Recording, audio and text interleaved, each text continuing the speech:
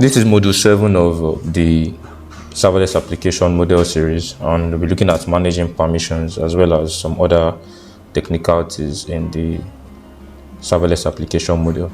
So we get to understand the options for specifying access and permissions for the serverless applications and using different methods to restrict access. So normally we have this kind of template row or this kind of template for the hello world example, and you won't need to specify any permissions for your Lambda function here because it uses the default execution rule which grants access to CloudWatch. But for more complex configurations, like for DynamoDB and other services, you might need to actually specify the permissions.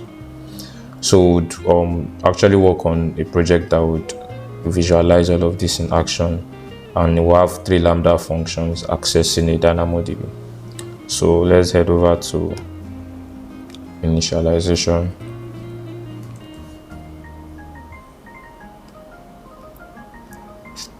So I need to change directory to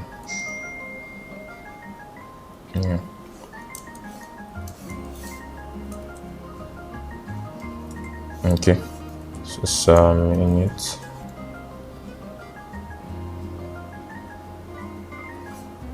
Quick start. I'll be using number 7 this time around, serverless API, and let's just say Node.js 15. So leave this, and yeah, SAM app is good. So this has been created and you can see it here. And we can explore the folder to see what we have. And right now we have in our source, we have 3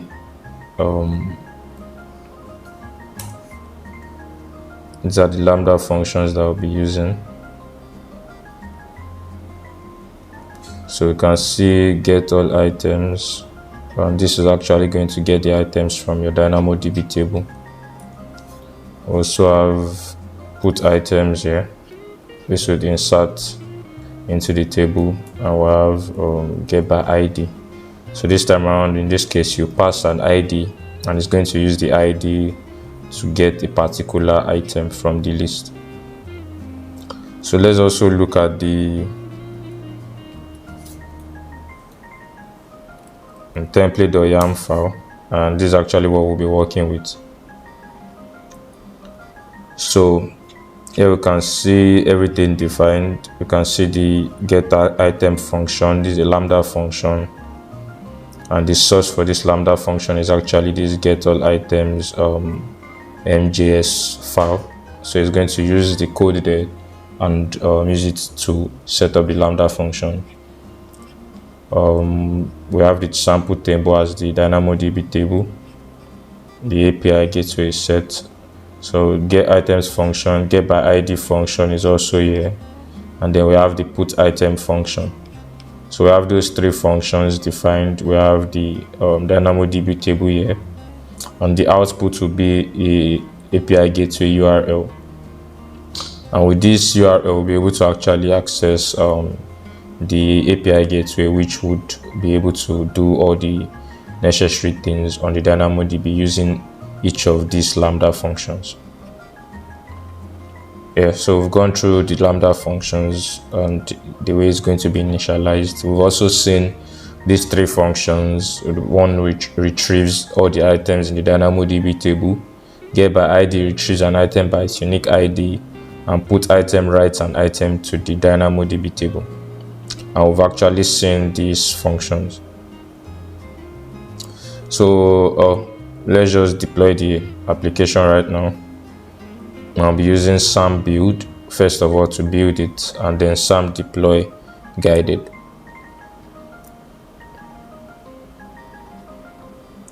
So I'll cd into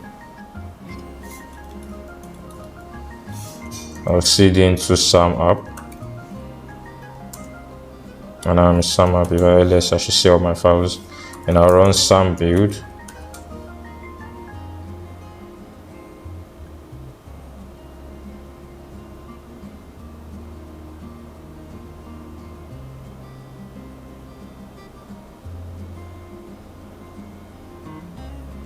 So the build is succeeded now, and we can see the build artifact in this folder, SAM build template, and we can just review it. .aws SAM, and you can see the build and the build template. So it's still going to be similar to what we have previously, but maybe a little bit more streamlined, like with only the necessary things. So no comments, as you can see, but the functionality that is needed for it to actually run. So I'm just going to close this. I'm going to come back here, and I'm going to run SAM deploy guided.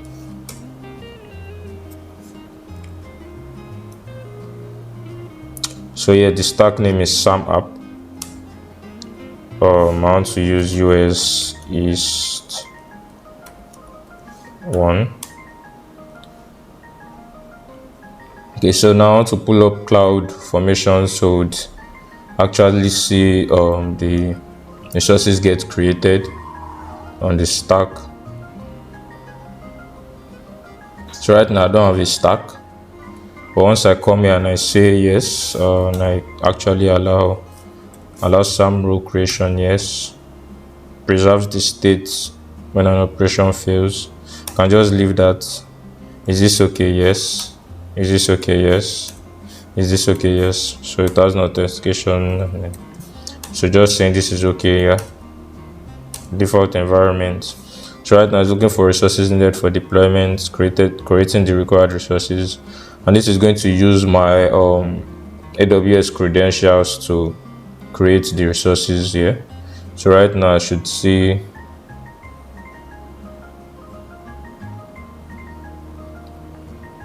it's taking a second. You're looking for the resources needed for deployment, creating the required resources.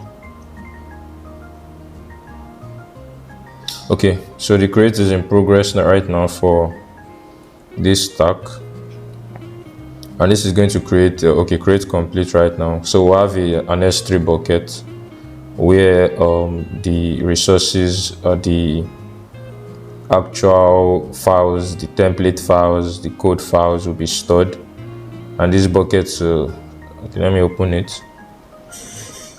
Is a managed bucket, and it will have all the resources. And once I come back here, I should upload into SAM app. File already exists. So this is the managed S3 bucket that is created. So deploying the following values here. We have SAM app US East 1. Confirm change as true. So all of this will be deployed, and I'll click yes. So right now we should have a new stack. Yes, so I have a new stack, and with this stack, the DynamoDB table, the Lambda functions, and all other resources will be created. But within this actual in this Lambda function, in this S3 bucket, we have all the resources we need. So this is the template, and this is a zip, I believe, of all the code and everything. So create is in progress. Very soon we should have the Lambda functions. Okay, so here we have a Lambda function create. The role has been created. We have the Lambda function create in progress. We should also have the API gateway, and that's the output we are going to get once that is created. Okay, so right now that has been created. Let me test this and see if we would get a response. Okay, no response yet, so the Lambda function is still configuring. Okay, so now we have create complete. Okay, we are going to get an empty array because the DynamoDB table is actually empty. So if we come down to, let me check for the sample table here. So let me open this table. So this is the table that has all the records, and this is the table that the Lambda functions are getting items from or storing items to. So let me come to explore table items, and right now we have no item. So would say I would put some items and then query the items to see what we have in it. So let me come back here. So we've gone through this process. We don't really need to export the endpoint since we can just view it from the browser, which I'm actually doing. And yes, the response right now is an empty array because the DynamoDB table is empty at the moment. But we can add some items to it, which I'm going to do. But I'm going to use Postman. I'm going to be using Postman to add items and view items. But you can also use call, which is a command line tool that you can make use of to view your items and to run against your API URL. So I'm just going to change this. Right now I have okay, I had opened this one previously. Post. Of course, I'll be getting a new URL. And this was how I was able to just put it. So I'm just going to change the URL here. So let me come here, get this URL, copy it. I'm going to come to Postman and paste it here. And I'm going to say, okay, my first ID would be name1, or let me say that's name1 David. And I'm going to send this. Okay, so we have this ID is ID1 and the name is name1 David. And I just kept name1 so we know it's the first name. So let me also send in two more. Name2. So this is the second name. Let me say I'm like Benny and send that.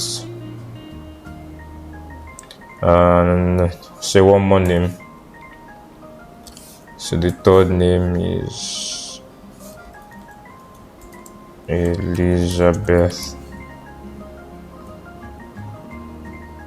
Okay, so now we have three names, and let me come to and let me refresh this. So right now we have three names. We have the first, okay, scattered. We have ID1, so the name 1 David. We have the name 2 Benny. We have the name 3 Elizabeth. So right now I've been able to store this, and if I refresh this, we should actually see the ID and the names. So our Lambda functions are doing what they are supposed to do. They already have the permissions set in place to read and write into the DynamoDB table. And we can see all of that actually work. So right now we've added some data and we've tested it, and we can see the result. And we can also fetch individual items by ID. So I'm going to just come back here and just say slash, okay, ID1.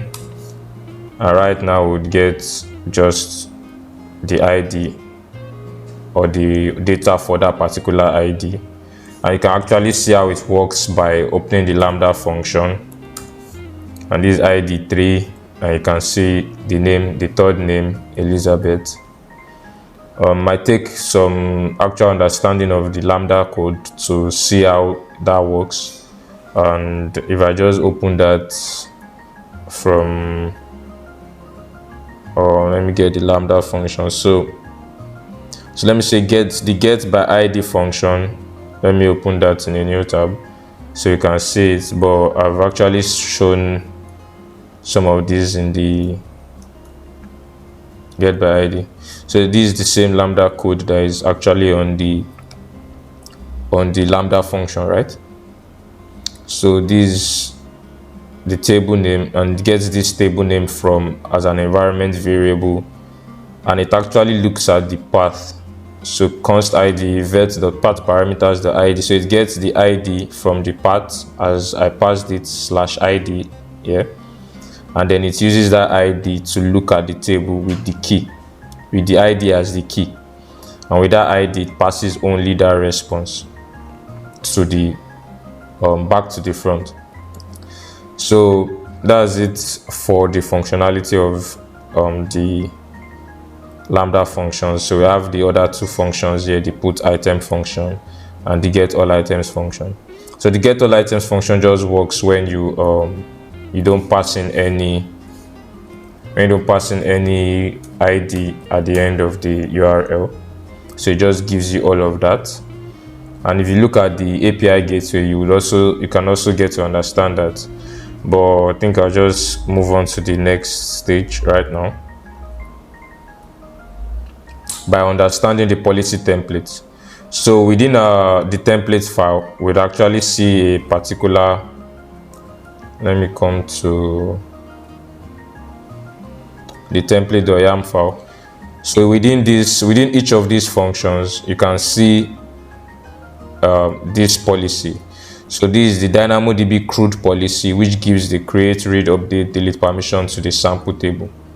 So with this DynamoDB CRUD policy, this function is able to actually do all of these functionalities on the DynamoDB table, and each of the functions have the DynamoDB CRUD policy. This get by ID also has it, and the put item function also has that policy. This is DynamoDB CRUD policy, and it references the sample table which is created down here.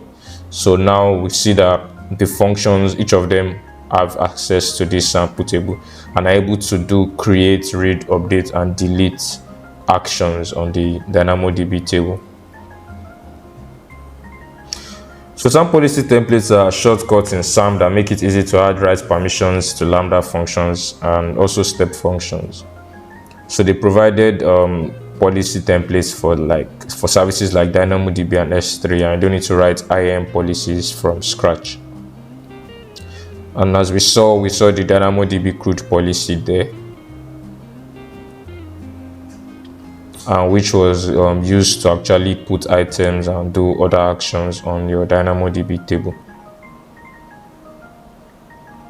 So you might also need to just go through this to make some changes and see the effect of what will happen if you don't have some of these templates or some of these policies. So for instance, if you remove this line, if you remove the DynamoDB CRUD policy and you try it again, you see that the functionality won't work, and you would get some errors. You get this unable to call DynamoDB resource not found because you get an access denied exception, and then you can uncomment that DynamoDB CRUD policy so that it has the required permissions again. So another way to actually assign policy is by specifying granularly the policy that we want it to have. So you can define a put item policy or a write policy on the put item, the read policy on the get item by ID, and the read policy on the get all items. So I actually I removed the policy on the get all items, and I'm just going to give it a read policy only. So if I come here and I comment this again,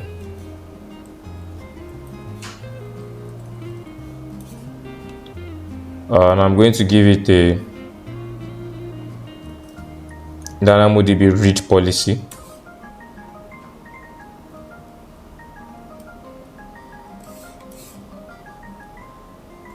And I'm going to save this.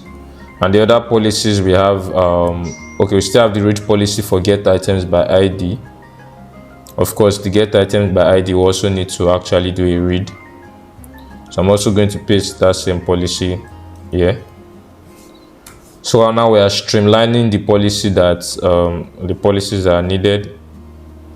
I will be giving the right policy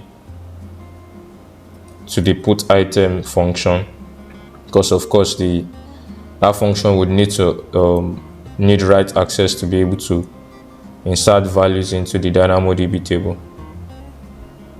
So I'm going to paste this here, and I'm going to save this.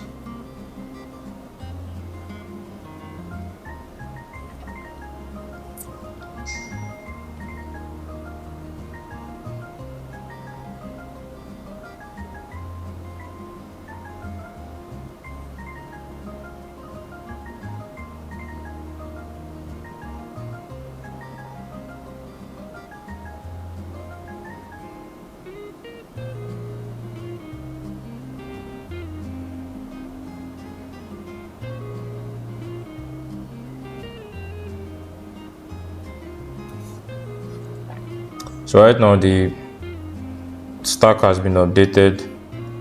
So I'm just going to come here, and once I refresh this, we can see that it's back. So right now we've used a different method of actually, or still the same method, but just a little bit different. We specified the right policy instead of the general DynamoDB CRUD policy. We are more granular now. So this is just the right policy for the put item function, get by ID function. So right now we are working with least privilege, because each of them have their own policy assigned to them. So we also have inline and managed policies, and we can author an inline policy in this way. It's different from DynamoDB CRUD policy to give access to your DynamoDB table. That is to give access for your Lambda function to be able to do or make changes or make requests to your DynamoDB table. So we have inline policies like this, where you have your DynamoDB read policy, and the effect is allow, the action is the DynamoDB scan, and you can specify the resource here. So you can make this kind of changes on your template file, and you actually see it there. But I'm not going to get into this right now. And once you do that kind of change, you actually see the response there.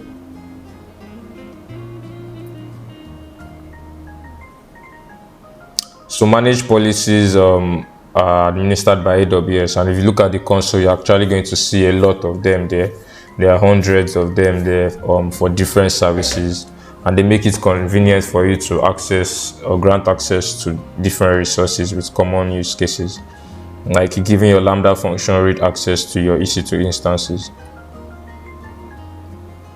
So you can have policies like as such in your Lambda function as defined. For instance, your get all items function, and you specify the policy there and what you want it to do with managed policies in line. Then lastly, we have SAM connectors, which are a simplified permission management way in serverless applications, which automatically creates IAM policies between AWS resources. So it allows developers to focus on resource relationships and not just the permissions, and introduces the need for a lot of AWS or IAM knowledge, and it also speeds up the development. So for instance, we have you can specify a connector here, give the connector name, the properties, the destination, and everything that is needed. So right now we have three connectors for our functions: the get all items function, get by ID, and the put item.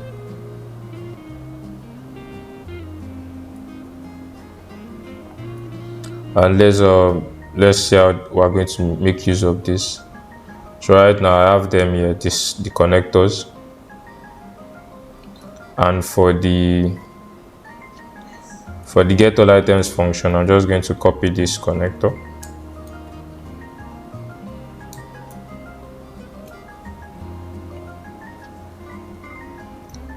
So this is the get all items function.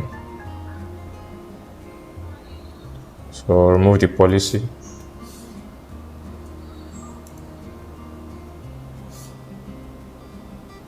Okay, let me stop here.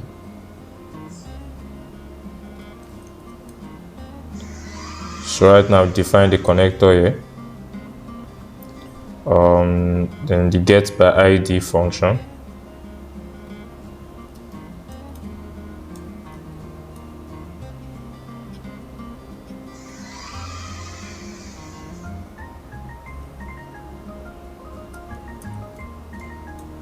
And then lastly the put item function.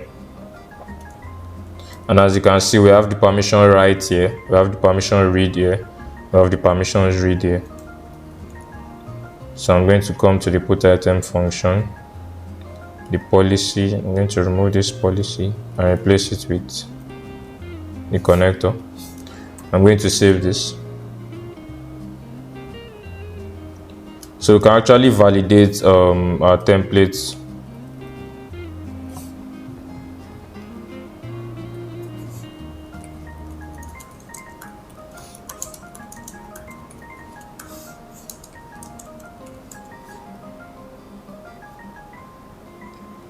With SAM validate.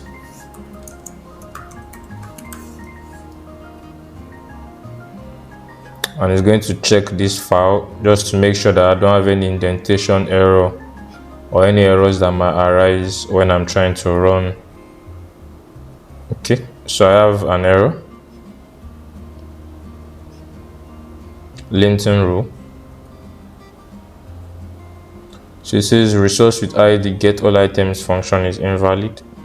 Get by ID put. So the three of them basically. So I think it will have something to do with the indentation.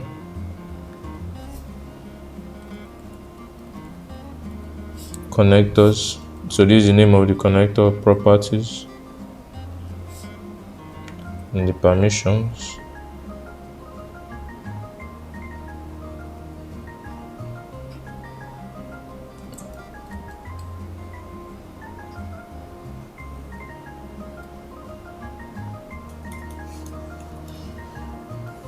Let me try the validate again.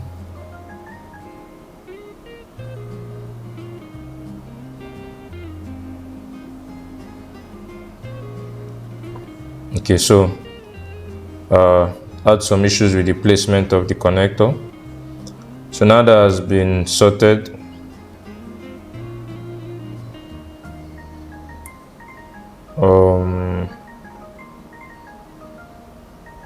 okay.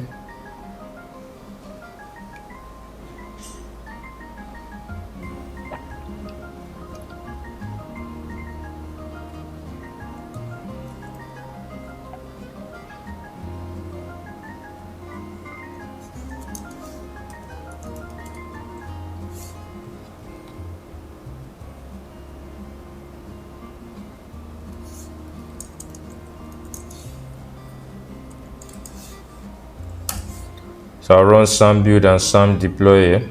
For some reason, this version of PowerShell doesn't support using the two commands at the same time. But right now we'll be using SAM connectors to signify or to define permissions, and that's the last method of making. That's the last method of actually defining permissions with the serverless application model. And after then, we just clean up by deleting these stacks, and that will be the end of this module, and the end of the serverless application model series.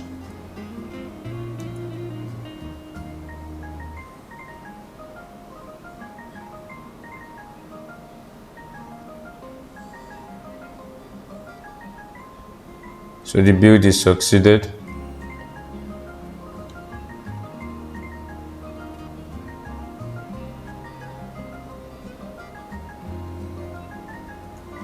and it has started deploying the application.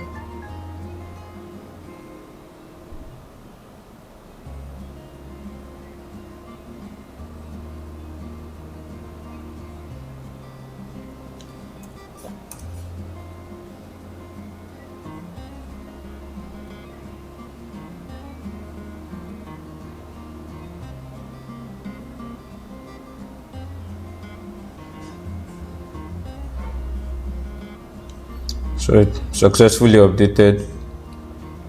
Once I come here, I should still have my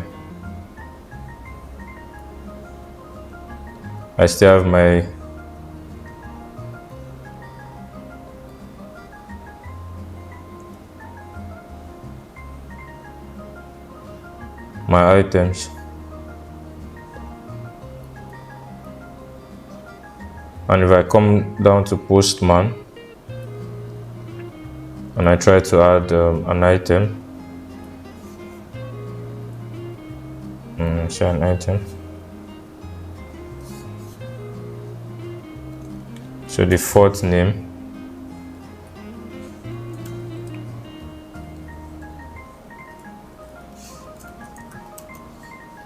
and I send this. So of course we have the name Michael, and if I run a get on all of them,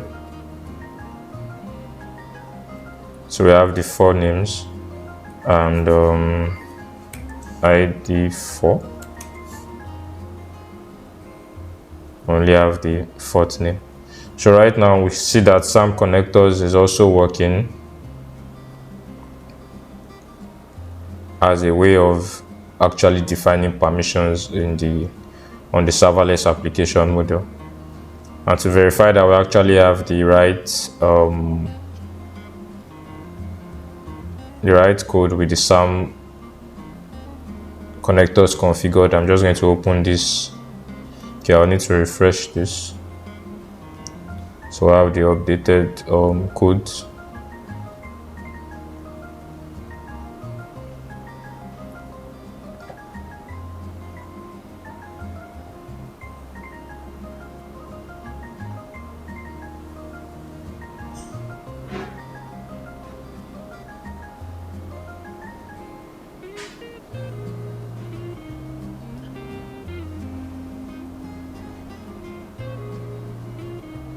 So right now, if I open the template.yam file, we can see that we have connectors here. We have connectors just as we defined on our local configuration.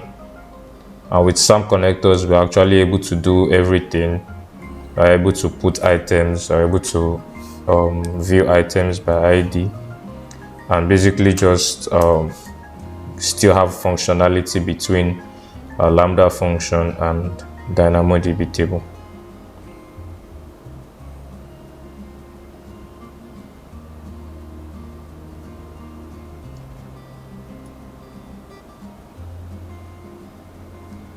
So that took a while, but yeah, we have it.